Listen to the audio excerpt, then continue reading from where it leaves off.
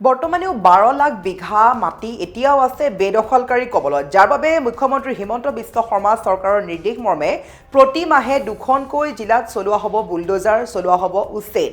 ইতিমধ্যে নিশাৰ ভাগতেই বিভিন্ন ঠাইত দেখা গৈছে যে বুলডোজাৰে ভাঙি পেলোৱা হৈছে, সকলো থানবান কৰি দিয়া হৈছে। বেদখলকাৰীৰ পৰা মাটি মুক্ত কৰিবলৈ এতিয়া পুনৰ চলিবলৈ গৈ আছে উচ্ছেদ অভিযান, আৰু কেইটামান মুহূৰ্তৰ পিছতেই বকলীয়াঘাটতো হ'বলৈ গৈ আছে ভয়ংকৰ উচ্ছেদ।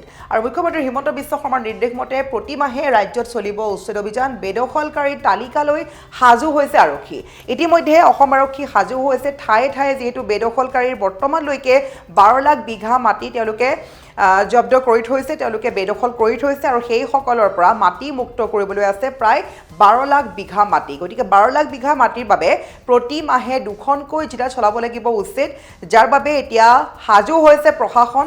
এখন তালিকা প্ৰস্তুত কৰিছে বেদখলকাৰীৰ বিৰুদ্ধে, তালিকা প্ৰস্তুত কৰি তালিকা হাতত লৈ সাজু হৈ উঠিছে আৰক্ষী, আৰু কেইটামান মুহূৰ্তৰ পিছতেই হ'বলৈ গৈ আছে ভয়ংকৰ উচ্ছেদ অভিযান।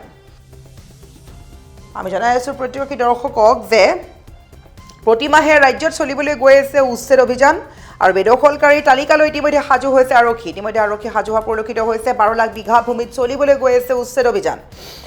ইতিমধ্যে সাজু কৰি দিয়া হৈছে বুলডোজাৰ সাজু কৰি দিয়া হৈছে, আৰু কেইটামান মুহূৰ্তৰ পিছতেই বকলীয়াঘাটতো চলিবলৈ গৈ আছে বৃহৎ উচ্ছেদ অভিযান। নিশাই ঘৰ দুৱাৰ ভাঙি পেলাইছে বেদখলকাৰীৰ, লাগিছে হাহাকাৰ, আৰু 350 বিঘা ভূমিত চলিব উচ্ছেদ। আমি পুনৰ জনাইছোঁ দৰ্শকসকলক, এতিয়া মুখ্যমন্ত্ৰী ইতিমধ্যে কঠোৰ হৈছে, বেদখলকাৰীৰ বিৰুদ্ধে কঠোৰ হোৱাৰ পৰিলক্ষিত হৈছে। বিভিন্ন ঠাইত বেদখলকাৰীৰ বিৰুদ্ধে উচ্ছেদ চলোৱা হৈছিলে, আৰু এতিয়াও বাকী আছে ৰাজ্যত 12 লাখ বিঘা মাটি মুক্ত কৰিবলৈ। এতিয়াও 12 লাখ বিঘা মাটি বেদখলকাৰী কবলতেই আছে, আৰু প্ৰতি মাহে দুখনকৈ জিলাত চলাবলৈ গৈ আছে চৰকাৰে উচ্ছেদ অভিযান। খালী কৰা হ'ব বেদখলকাৰীৰ কবলত থকা সকলো মাটি।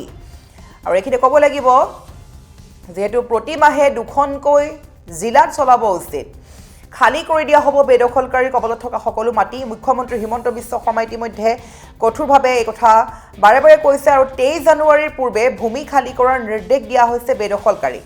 হাতে হাতে তালিকালৈ সাজু হৈছে প্ৰশাসন, আৰু বেদখলকাৰীৰ বিৰুদ্ধে কোনো কাৰণতে উচ্ছেদ বন্ধ নহয় বুলিও এক প্ৰকাৰ হুংকাৰ দিছে হিমন্ত বিশ্ব শৰ্মাই। আৰু এখনৰ পিছত আনখন জিলাত চলিছে উচ্ছেদ অভিযান, আৰু বৰ্তমানলৈকে 1,60,000 বিঘা ভূমি বেদখল মুক্ত কৰা হৈছে, আৰু 12 লাখ বিঘা মাটি বেদখল মুক্ত কৰিবলৈ বাকী আছে।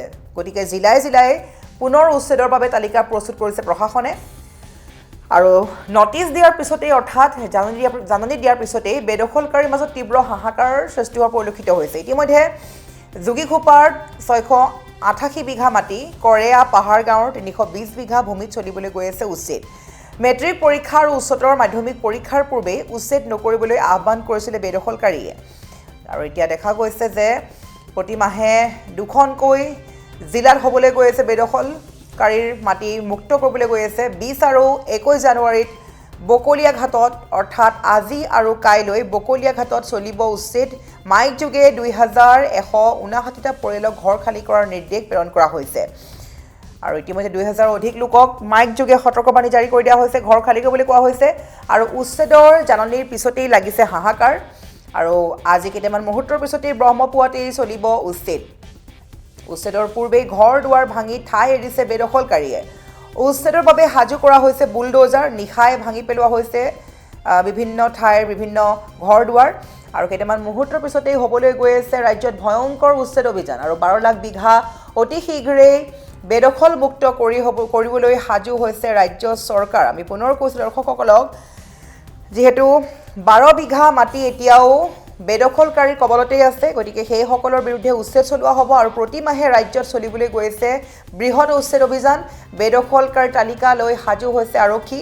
12 লাখ বিঘা ভূমিত চলিব উচ্ছেদ অভিযান, সাজু হৈছে বুলডোজাৰ, আৰু আজি কেইটামান মুহূৰ্তৰ পৰাই বকলীয়াঘাটতো চলিবলৈ গৈ আছে বৃহৎ উচ্ছেদ অভিযান। নিশাই ঘৰ দুৱাৰ ভাঙি পেলাইছে বেদখলকাৰীৰ, লাগিছে হাহাকাৰ। 350 বিঘা ভূমিত চলিব উচ্ছেদ, আৰু এইদৰে যিখিনি উচ্ছেদকাৰী আছিলে বা যিখিনি বেদখল কৰা ব্যক্তি লোকসকল আছিলে, পৰিয়ালসমূহ আছিলে, সেইসকলক মাইক যোগে বাৰে বাৰে কৈ থকা হৈছে। সোমবাৰৰ দিনটোৰ পৰাই মাইক যোগে বাৰে বাৰে সক্ৰিয় নিপাতন কৰি থকা হৈছে, নিৰ্দেশ দিয়া হৈছে যে ঘৰ খালী কৰিব লাগে। যদি এতিয়াও পৰ্যন্ত ঘৰ খালী কৰা নাই, তেন্তে সেইসকলৰ বিৰুদ্ধে হ'বলৈ গৈ আছে বৃহৎ অভিযান।